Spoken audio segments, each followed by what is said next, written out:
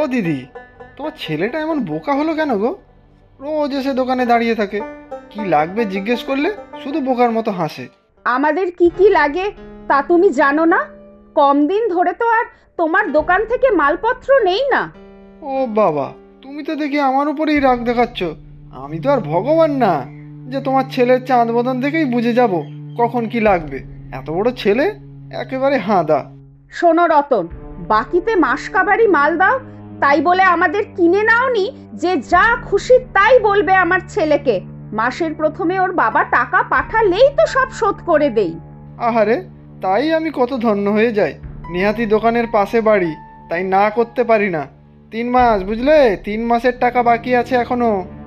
দিয়ে দেব বলছি তো। আর শোনো, আমার ছেলের নামে আজে বাজে কথা আর একদম বলবে না। চল রে বাবলু, বাড়ি চল। কেন মা, মালপত্র নেব তো। এই কাকু, দাও দাও। কি লাগবে সেটা তো বলবি। তোর মা তো তখন থেকে ঝগড়াই করে গেল। না থাক, লাগবে না, চল বাবলু। অতই যখন দেমাক, তখন বাকি টাকাটা দিয়ে খাতাটা বন্ধ করো না কেন? কি লাগবে বলো, দিয়ে দিচ্ছি। 2 কিলো চাল আর 1 কিলো 5 মেশালি ডাল।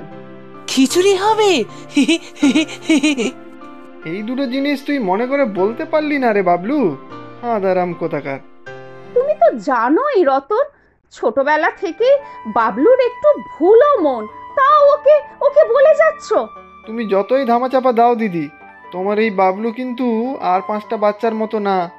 কোন জগতে থাকে কে জানে। তুমি ডাক্তার দেখাও ওকে। না না, আমার বাবলুর কিচ্ছু হয়নি, একটু ভুলো মন, এই যা, বড় হলে সব ঠিক হয়ে যাবে। আর কত বড় হবে শুনি? ওর বয়সী বাচ্চারা তো 11-12 ক্লাসে পড়ে। বাবলু আমার বড় বড় কবিতা মুখস্থ করতে পারে, হিসেব করতে পারে, ও মোটেও বোকা নয়। এই বাবলু, বলতো, 65 টাকা কিলো 2 কিলো চাল আর 150 টাকা দামের 1 কিলো ডাল কত হলো? বলে দেবো মা। হ্যাঁ, বল তো দেখি, ঠিকঠাক বাকির খাতায় লেখে কিনা। 280 টাকা। আরে, ঠিক বলেছিস তো। আচ্ছা বলতো, 35 টাকা কিলো হলে 8 কিলো কত দাম? 35-এর অর্ধেক বলছো? 17.5 টাকা। আর 400 গ্রাম? 14 টাকা। ও দিদি, ও তো হিসেব করে দারুণ ভালো। এ নাও তোমার ডাল আর চাল। এই লজেন্সটা বাবলুর জন্য। আমার? তুমি খুব ভালো মামু। এই বাবলু, তোর খিদে পেয়েছে বুঝি? দাঁড়া, খিচুড়িটা প্রায় হয়েই এসেছে, তারপর ডিম ভেজে দেব। বাবলু খিচুড়ি খুব ভালো খায়। যা, তোর দিদাকে নিয়ে আয়, দুজনকেই একসাথে খেতে দিয়ে দেব। পারবি তো? পারবো। আরে দাঁড়া দাঁড়া বাপু, পড়ে যাব তো। যাচ্ছি যাচ্ছি, হাত ধরে টানিস না এত। এই দাঁড়া বাবলু, কি করছিস? তোর দিদা পড়ে যাবে তো। হ্যাঁ রে বাপু, এই বয়সে পড়ে গেলে কোমর ভাঙবে তো, তখন কি হবে? আমি দেখবো, বাবলু আছে তো। দিদাকে রোজ লজেন্স খাওয়াবো, খিচুড়ি খাওয়াবো। ঠিক বলেছিস, এইটাই তো আমার লজেন্স খাওয়ার বয়স। তুমি বসো মা, আমি খেতে দিচ্ছি। এই বাবলু, বসে পড়। কি হলো, দাঁড়িয়ে আছিস কেন? কিছু বলবি? কি চাই বল, হাত ধুইয়ে দিতে হবে? না, তবে কি? খিচুড়ি দাও বাটিতে। বাটিতে খিচুড়ি? কি করবি, থালায় দিচ্ছি তো। খিচুড়ি দেব। খিচুড়ি দিবি? কাকে? লজেন্স মামাকে। ডাল চাল দিল না আমাদের তখন। ওই মুদি দোকানের রতন আছে না, তার সাথে এনার ভীষণ ভাব, একটু আগে লজেন্স দিয়েছে তো।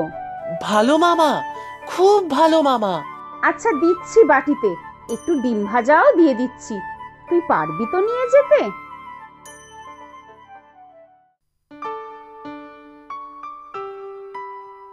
তুই আমার জন্য খাবার নিয়ে এসেছিস? তোর মা জানে? তোর মা যা মুখ করে আমাকে, সত্যি তনু দিদি পাঠিয়েছে আমার জন্য? আমার তো বিশ্বাসই হচ্ছে না। পাড়ার দিদি আমার, বুঝলি রে বোকারাম। বিয়ে করে যখন অন্য গ্রামে চলে গিয়েছিল তখন আমরা তো ছোট, তারপর আবার তোকে নিয়ে বাপের বাড়ি ফিরে এলো। মনে আছে তোর বাবাকে? বাবা মানে ফাদার। আমি বিবেক সরকার, বাবা অসীম সরকার। 48 ইয়ার্স ওল্ড। ওল্ড মানে বুড়ো।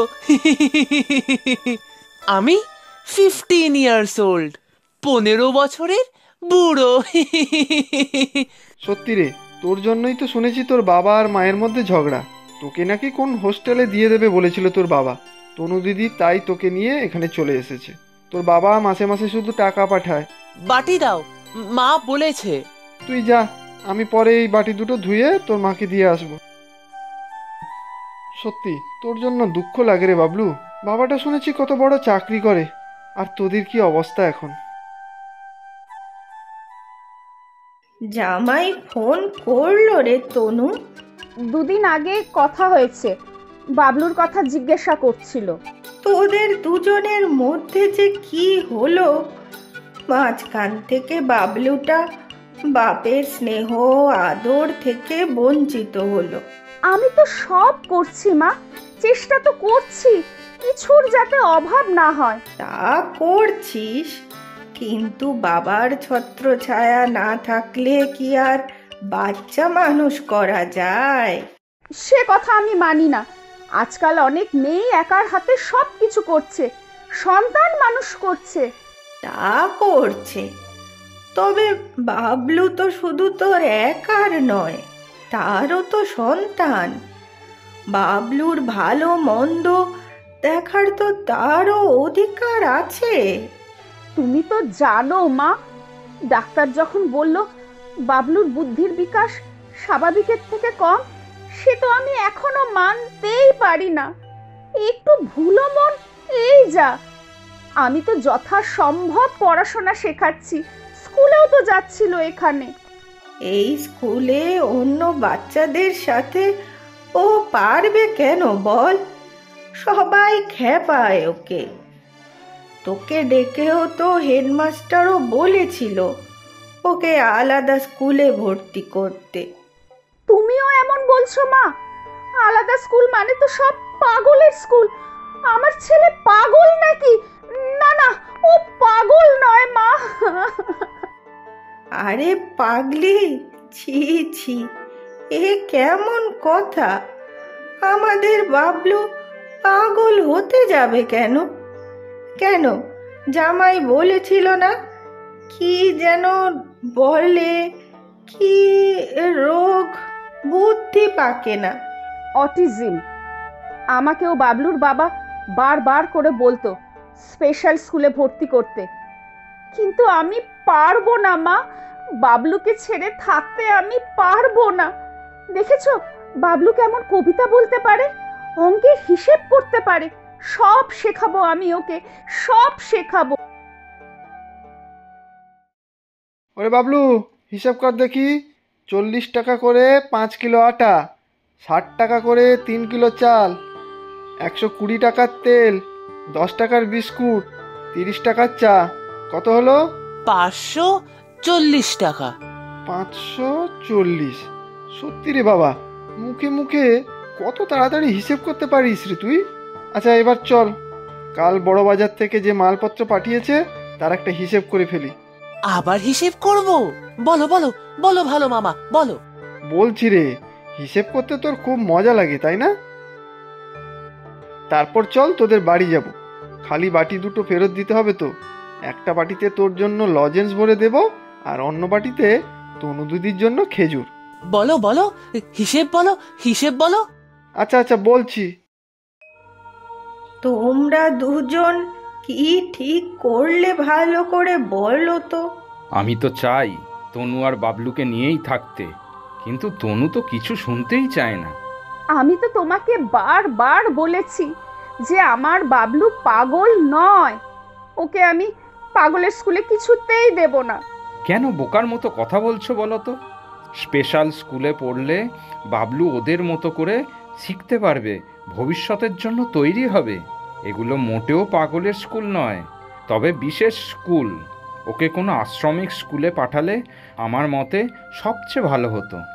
আমার তো মনে হয় তনু, জামাই ঠিকই বলছে। না না মা, আমি বাবলুকে কোথাও পাঠাতে পারবো না। আমি কতবার তোমাদের বলেছি আমি আমার বাবলুকে ছাড়া থাকতে পারবো না। বাবলু আর সবার মতোই, ও কত ভালো অঙ্ক করতে পারে, মুখে মুখে বড় বড় কবিতা বলতে পারে, শুধু একটু সরল সিধা। তুমি কি ভাবো তোমার শুধু একার চিন্তা বাবলুর জন্য?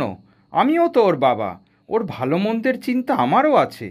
ওর জন্য দরকার স্পেশাল কেয়ার, বিশেষ একরকম ট্রেনিং। সেটা না করলে আমাদের অবর্তমানে ও একা একা চলবে কিভাবে? আমি ওর মা, আমি ঠিক করব ওর জন্য কোনটা ভালো হবে। ও পাগল নয়, পাগল নয়, ও আর সবার মতো সুস্থ স্বাভাবিক। তুমি অকারণে জেদ করে বাবলুর ভবিষ্যৎটা খারাপ করছো তনু। প্রদীপ তো ঠিকই বলছে তনু, দাদু ভাইয়ের জন্য যেটা সবচেয়ে দরকারি সেটাই করা উচিত। তোমরা কেন বুঝতে পারছো না যে আমি বাবলুকে ছাড়া থাকতে পারবো না? তোমরা যে যাই বলো না কেন। বাবা বাবা, ভালো কাকু, ভালো কাকু, এটা বাবা। ওই তো রতন, ওকে জিজ্ঞাসা করো তোমরা বাবলু কেমন মুখে মুখে অঙ্ক করে। কি রতন, বলো? হ্যাঁ, তা করে। মুখে মুখেই বড় বড় যোগ বিয়োগ সব করে দেয়। তাহলেই বুঝতে পারছো তো সবাই, বাবলু পাগল নয়। ওকে কেউ পাগল বলেনি তনু। ওর অটিজম আছে, যার জন্য স্পেশাল কেয়ার, স্পেশাল এডুকেশন দরকার। আমি অনেক জায়গায় কথা বলেছি, ওদের মতো স্পেশাল চাইল্ডদের ওরা ট্রেনিং দেয়। হ্যাঁ দাদা, আমি জানি এই রোগের কথা। আমার এক চেনা জানা আছে, তার মেয়েও অনেকটা এই বাবলুর মতো। কত সুন্দর ছবি আঁকে, সুন্দর গান করতে পারে। তুই অন্যায় জেদ করছিস তনু, জামাই তো বলছে সব ব্যবস্থা করে দেবে। আমি স্কুলে যাব মা। আমাকে ছেড়ে চলে যাবি বাবলু? ছেড়ে চলে যাবে কেন? আশ্রমে থাকলে ওর যত্নের কোনো ত্রুটি হবে না, ভালো থাকবে, ভবিষ্যতের জন্য কাজ শিখবে। হ্যাঁ দিদি, তুমি আর না করো না, বাবলুর আশ্রমে থাকাই ভালো। আমরা সবাই তো বাবলুর ভালোই চাই। ঠিক আছে, আশ্রমেই যখন থাকতে হবে তাহলে এই বাড়িতেই আমি আশ্রম খুলব। আমাদের বাড়ির পিছনে যে জায়গা আছে সেখানে। কিন্তু বাবলুর মতো বাচ্চাদের সামলাতে গেলে বিশেষ প্রশিক্ষণের প্রয়োজন। বাবলুর সাথে থাকতে থাকতে আমি অনেক কিছু শিখেছি। দরকার হলে আমি আরো ওদের দেখাশোনা ট্রেনিং নিয়ে আসব। তবুও কিছুতেই বাবলুকে আমি কাছছাড়া করব না। কথাটা মন্দ নয়, আমি তোমার পাশে আছি। যা সমস্ত আছে তা দিয়ে চেষ্টা করে দেখি না, যদি দুজনে বাবলুর মতো বাচ্চাদের পাশে দাঁড়াতে পারি। বাবা আমার কাছে থাকবে। বাবলু বাবাকে খুব খুব খুব ভালোবাসে। হ্যাঁ রে বাবলু, আমরা আবার একসাথে থাকব। আমার এখন যা কাজ তাতে ওয়ার্ক ফ্রম হোম করলেও অসুবিধা নেই, মাঝে মধ্যে অফিসে গেলেই হবে। আমিও দাদা আপনাদের পাশে থাকতে চাই। আমার যথাসাধ্য আমি চেষ্টা করব। টাকা পয়সা দিয়ে না পারি, গায়ে গতরে যথাসাধ্য করে দেবো। আর দিদি, আমার চেনা ওই মেয়েটিকেও নিয়ে আসবো এখানে ট্রেনিং নেওয়ার জন্য। বাহ, সে তো ভালো হবে। আমার এখানে সবাইকে আমি নিজের সন্তানের মতো করে পালন করব। কি গো, পারবো তো আমরা? দেখবে তনু, আমরা আর একারা থাকবো না। যে সমস্ত বাচ্চারা এখানে থাকবে তাদের বাবা মায়ের সাহায্য, অনুপ্রেরণা আমরা পাবো, ঠিক পারবো। প্রচুর সঠিক উত্তরদাতাদের মধ্যে থেকে আমরা বেছে নিয়েছি 10 জনের নাম। গল্পের নাম পেটুক ভাই। নামগুলি হলো খুশি আহমেদ, ঔরঙ্গাবাদ মুর্শিদাবাদ পশ্চিমবঙ্গ থেকে; কল্যাণ শাসমল, কাকদ্বীপ পশ্চিমবঙ্গ থেকে; শোভা, যশোর বাংলাদেশ থেকে; শাহিনেশা খাতুন, মুর্শিদাবাদ পশ্চিমবঙ্গ থেকে; মিতা দাস, ব্যারাকপুর পশ্চিমবঙ্গ থেকে; হেনা খাতুন, শিমলাপাল, বাগানগড়া পশ্চিমবঙ্গ থেকে; মোহাম্মদ কাশিম সর্দার, ডুমুরিয়া, খুলনা বাংলাদেশ থেকে; দিব্যেন্দু লায়েক, বাঁকুড়া পশ্চিমবঙ্গ থেকে; সঞ্জনা মিত্র, আন্দামান ও নিকোবর দ্বীপপুঞ্জ থেকে; মাহা, কোনাপাড়া, ডেমরা, ঢাকা বাংলাদেশ থেকে। আজকের প্রশ্ন, রতন মামা বাবলুকে কি খাইয়েছিল? তোমরা প্রশ্নের উত্তরের সাথে নিজের নাম আর কোথায় থাকো সেটাও লিখে জানাবে কিন্তু।